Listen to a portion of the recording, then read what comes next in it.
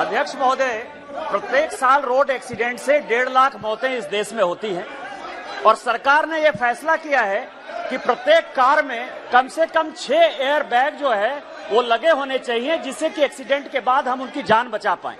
और इसका draft notification का जो डेट है वो अक्टूबर 2022 है, लेकिन अभी तक वो जारी नहीं हुआ है। ये अगस्त का महीना है। मेरा आपके माध्यम से सरकार से आग्रह है कि ये कब तक जो है ये नोटिफिकेशन जारी हो जाएगा, जिससे कि एयरबैग की पॉलिसी लागू हो जाएगी और लोगों की जान बच जाएगी। सम्माननीय सभापति महोदय, ये बात बिल्कुल आवश्यक है कि विशेष रूप से 5 लाख एक्सीडेंट होते हैं और 1.5 लाख मौतें होती है। और सम्माननीय सदस्य ने जो कहा है, अभी फिलहाल 2 एयरबैग ऑलरेडी कंपल्सरी है। पीछे बैठने वाले लोगों को एयरबैग नहीं है और इसलिए हमारे डिपार्टमेंट ने सोचा है कि एयरबैग की कीमत केवल 800 रुपये आती है और हम ये कोशिश कर रहे हैं कि पीछे भी जितने लोग होंगे उतनी एयरबैग होगी और लोगों की जान बचाएंगे। इसके बारे में ये प्रस्ताव विचाराधीन है। जल्दी ही सरकार इसके ऊपर कार्रवाई करने का प्रयास करेगी। श्रीमती बंगा Vishwanatham. Sir, the Ministry of Heavy Industries has invited proposal to build and operate public electrical vehicle charging infrastructure on express highways and national highways under FAME India Scheme Phase 2. I would like to request the Minister state the detailed progress and made in respect of other such measures government taking proposal. Sir, constant supply of chain disrupting the continue. One of the biggest obstacle coming from Indian EV manufacturers. The Indian manufacturers are struggling to source lithium-ion batteries, which are largely imported from China, South Korea and Taiwan. While the price of batteries, lithium carbonate, a key input, have gone up 400% year on year. I would like to request the minister from this, sir. One request from my state, sir, from state of Andhra Pradesh. Request has sent to you, sir.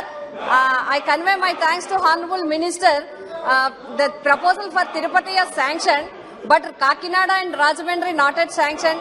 I request the Honorable Minister from all our people from Kakinada and Rajahmundry, please sanction the electrical vehicles to these districts. Thank you, sir. सम्माननीय सभापति महोदय, ये बात सच है कि electric के vehicle की demand बहुत बढ़ रही है।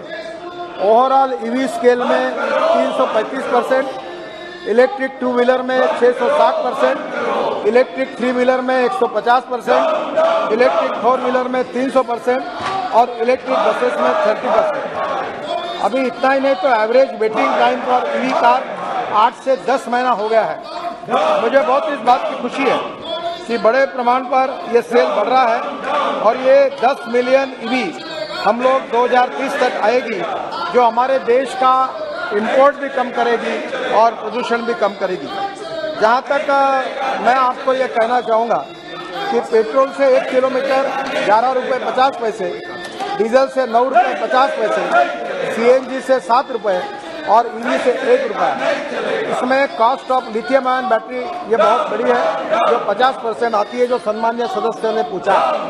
मैं बताना चाहूँगा कि 2018 में लिथियम आयन बैटरी की कीमत $180 पर किलोवाट आवर थी।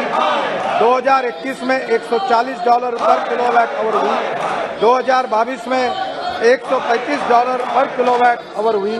और मैं विश्वास के साथ कहना चाहता हूं कि आज से 2 साल के अंदर ईवी के हमारी मोटर, हमारी स्कूटर और सब प्रकार की कीमतें पेट्रोल के बराबर 2 साल के अंदर होगी, क्योंकि इसकी कॉस्ट कम हो जाएगी। मुझे बहुत खुशी है कि इसके ऊपर काफ़ी केमिस्ट्री में रिसर्च हुआ है। लिथियम आयन के साथ सोडियम आयन, एल्यूमिनियम आयन, ये भी जिंक आयन, ये भी टेक्नोलॉजी का रिसर्च हो रहा है। और उसमें सबसे अच्छी बात यह है कि इसमें अभी इंडियन ऑयल ने एल्यूमिनियम एयर टेक्नोलॉजी भी तैयार की है, जिसमें ड्राइविंग रेंज 450 किलोमीटर है। CSIR ने central electrochemical research institute is working on about technology. DRDO is funding research in academia for various alternate chemistries, and they have developed transferred lithium-ion technology based on lithium ferrous phosphate technology, which will further reduce the cost. Scrapping policy के कारण भी rare earth metal like neodymium, which are used in NdFe magnet, which is an essential component of EV. Battery swapping का भी काम हम कर रहे हैं और मेरा विश्वास है कि आने वाले समय में ग्रीन हाइड्रोजन, फ्लेक्स इंजन के साथ इथेनॉल, इलेक्ट्रिक, इससे हमारा इंपोर्ट बिल कम होगा, प्रदूषण कम होगा, नए रोजगार हमको मिलेंगे और हम जीरो कार्बन का जो टारगेट 2070 तक हमने कमिट किया है उसके तरफ हम आगे निश्चित रूप से बढ़ेंगे।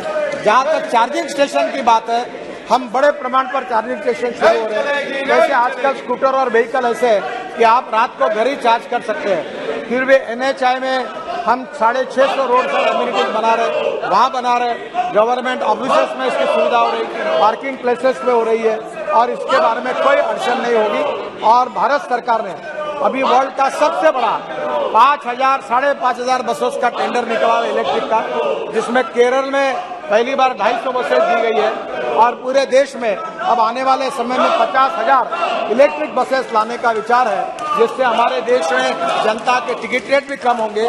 और ये जो टेंडर आया है केवल 41 रुपए पर किलोमीटर, डीजल का 115 रुपए, और ये बहुत कम पैसे में होगा, जिससे प्रदूषण भी खत्म होगा। एयर कंडीशन बसेस में आम आदमी घूमेगा और टिकट रेट भी कम होंगे और स्टेट ट्रांसपोर्ट का लॉस भी नहीं रहेगा, ये मेरा विश्वास है।